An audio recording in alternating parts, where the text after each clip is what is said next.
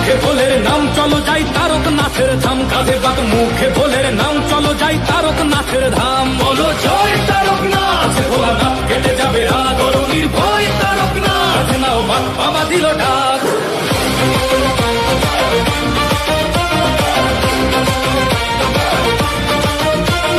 গঙ্গা জল কাঁধে নিয়ে ডমরুর তালে তালে চলছে সবাই, বলছে মুখে বাম ভোলে বাম ভোলে। পায়ের ব্যথা বাড়ছে যখন তারকনাথের দেয় দোহাই, হঠাৎ গতি বাড়ায় বলে বাবার বাড়ি চল সবাই। বলে বাবা পার করেগা, জটাধারী পার করেগা, ত্রিশূলধারী পার করেগা, জয় শিব শম্ভু। পবিত্র পুণ্য জল সংগ্রহ করে 30 কিলোমিটার পুণ্যার্থীরা পায়ে হেঁটে বৃষ্টির মধ্যে রৌদ্রের মধ্যে, কখনো রাজ্য সড়ক, কখনো যে জাতীয় সড়ক, কখনো রেলওয়ে ওভারব্রিজ, অত্যন্ত বিপদসংকুল পথ পেরিয়ে তারা এখানে তাদের আস্থার যে মহোৎসব সেই উৎসবে অংশগ্রহণ করতেন। সরকারের পক্ষ থেকে ব্যবস্থা খুব মিনিমাম ছিল। গোটাকতক সিভিক ভলেন্টিয়ারকে দাঁড় করিয়ে ট্রাফিক নিয়ন্ত্রণের কাজ করে সরকার দায়িত্ব মুক্ত হতেন। আমরা তারকেশ্বর ধাম পুণ্যধাম এই শ্রাবণী মেলায় আমরা অনেক উদ্যোগ গ্রহণ করেছি। শেওড়াফুলি থেকে তারকেশ্বর ধাম প্রবেশ পর্যন্ত 5 কিলোমিটার অন্তর অন্তর সরকারি সেবা কেন্দ্র থাকবে। প্রাথমিক স্বাস্থ্য পরিষেবা, জল, ওআরএস, ন্যূনতম সেবা এবং বিভিন্নভাবে সহযোগিতার ব্যবস্থা থাকবে। প্রশাসন, পুলিশ আধিকারিকরা তারা পুণ্যার্থীদের জন্য ট্রাফিক এবং যানজট নিয়ন্ত্রণ করে সুরক্ষিত যাতায়াতের ব্যবস্থা করবে এবং যতটা সম্ভব পথ আমরা আলোকমালায় সুসজ্জিত করার কাজও করেছি।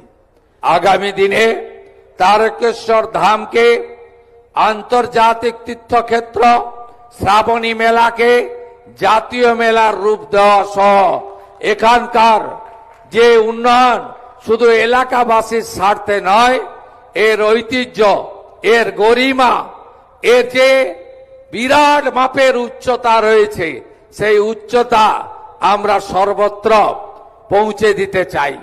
তাতে আস্থা পূরণের জন্য মানুষ আসবে এবং ধর্মীয় পর্যটনের ক্ষেত্রে আমরা বাইরের রাজ্যের বা বিদেশি পর্যটকদেরও পাবো।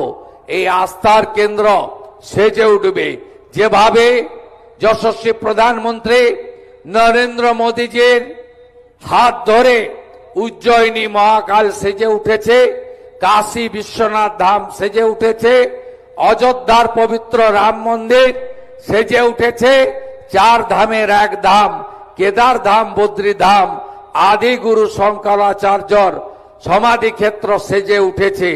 যেভাবে পুরী ধাম সেজে উঠছে, একইভাবে আগামী দিনে তারকেশ্বর ধামও সেজে উঠবে। বিগত সরকারের চোখ বন্ধ ছিল, তারা অন্য কাজে ব্যস্ত ছিল, তারা তোষণ ভোট ব্যাংকের রাজনীতিতে ব্যস্ত ছিল। তাই এই পবিত্র জায়গাগুলি যার উচ্চতা পরিমাপ করা যায় না, সেই সমস্ত জায়গাগুলি অবহেলিত ছিল। আমি আশা করব এবারের শ্রাবণী মেলা মধুময় হবে, সুখকর হবে, ঐতিহ্যের পরম্পরা বজায় রেখে হবে। আমি উত্তরপ্রদেশের যশস্বী মুখ্যমন্ত্রী যোগী আদিত্যনাথকে দেখে উৎসাহিত অনুপ্রাণিত হয়েছি। সেখানেও যারা জলযাত্রী যান তাদের উপরে রাজ্য সরকারের হেলিকপ্টার থেকে পুষ্পবৃষ্টি হয়। এখানে যদি আবহাওয়া ভালো থাকে, প্রত্যেক সোমবার সরকারের পরিবহন দপ্তরের হেলিকপ্টার পুষ্পবৃষ্টি, গোলাপ বৃষ্টি করতে থাকবে। তারকেশ্বরের শ্রাবণী মেলা উদ্বোধন করলেন মুখ্যমন্ত্রী শুভেন্দু অধিকারী। শ্রাবণী মেলার উপলক্ষে তারকেশ্বরে মুখ্যমন্ত্রী শুভেন্দু অধিকারী আজকে দেখা যাচ্ছে সাধুময় সাধু, গেরুয়াময় গেরুয়া, যেদিকে তাকানো হচ্ছে গেরুয়াময় গেরুয়া। সাধু সন্তোষ ভক্ত মহারাজরা সেখানে উপস্থিত আছেন। ভারত সেবা আশ্রমের কার্তিক মহারাজ উপস্থিত আছেন। তারকেশ্বর মন্দিরের মহারাজ উনি উপস্থিত আছেন। সাধু সন্তোষ রাজ মুখ্যমন্ত্রীর সাথে কাঁধে কাঁধ মিলিয়ে আজ আনন্দ উপভোগ করছেন। আজকে ভক্তরাও আজ গেরুয়াময় গেরুয়া, গলায় গেরুয়া গামছা ঝুলিয়েছে। কত সুন্দর আর দৃশ্যময় দৃশ্য দেখা যাচ্ছে। সাধু সন্তোষ রাজ হাসি খুশি আছে, ভক্তরাজ হাসি খুশি আছে। এটাই তো রামরাজ, যেখানে সাধু সন্তোষ ভক্ত সাধারণ মানুষ হাসি খুশি থাকবে। এটাই হচ্ছে রামরাজ। এই রামরাজের জন্যই আমরা অনেক দিন অপেক্ষা করেছি। সেই অনেক দিন অপেক্ষা করার পরে আমাদের রামরাজ এসেছে। হিন্দুদের বন্ধু মুখ্যমন্ত্রী শুভেন্দু অধিকারী পরিষ্কার জানালেন যে এই তারকেশ্বর মন্দিরের পূর্ণ ভূমিতে যে 30 কিলোমিটার পৈদল করে আসবে ভক্তবৃন্দরা, তাদেরকে 5 কিলোমিটার অন্তর অন্তর সেবা প্রদান করা হবে। প্রাথমিক চিকিৎসা ব্যবস্থা করা হবে। ফায়ার ব্রিগেডের ব্যবস্থা আছে। ট্রাফিক নিয়ন্ত্রণ প্রশাসন করবে, যাতে কোনো ভক্তবৃন্দের তারকেশ্বর মন্দির যাওয়ার জন্য কোন রকম ভাবে অসুবিধা না হয়।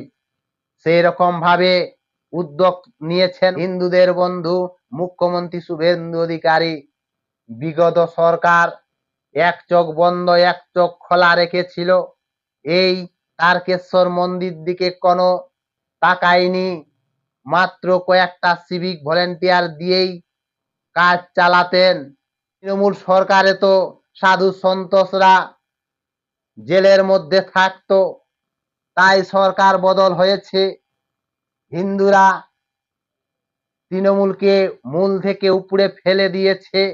হিন্দুদের বন্ধু শুভেন্দু অধিকারী উনি বলেছেন বিজেপি সরকার তারকেশ্বর মন্দিরের 15 কোটি টাকা খরচা করবে। তারকেশ্বর মন্দির গেরুয়াময় গেরুয়া, চতুর্দিকে আলোকিত থিমের মাধ্যমে দেখানো হচ্ছে তারকেশ্বর মন্দির।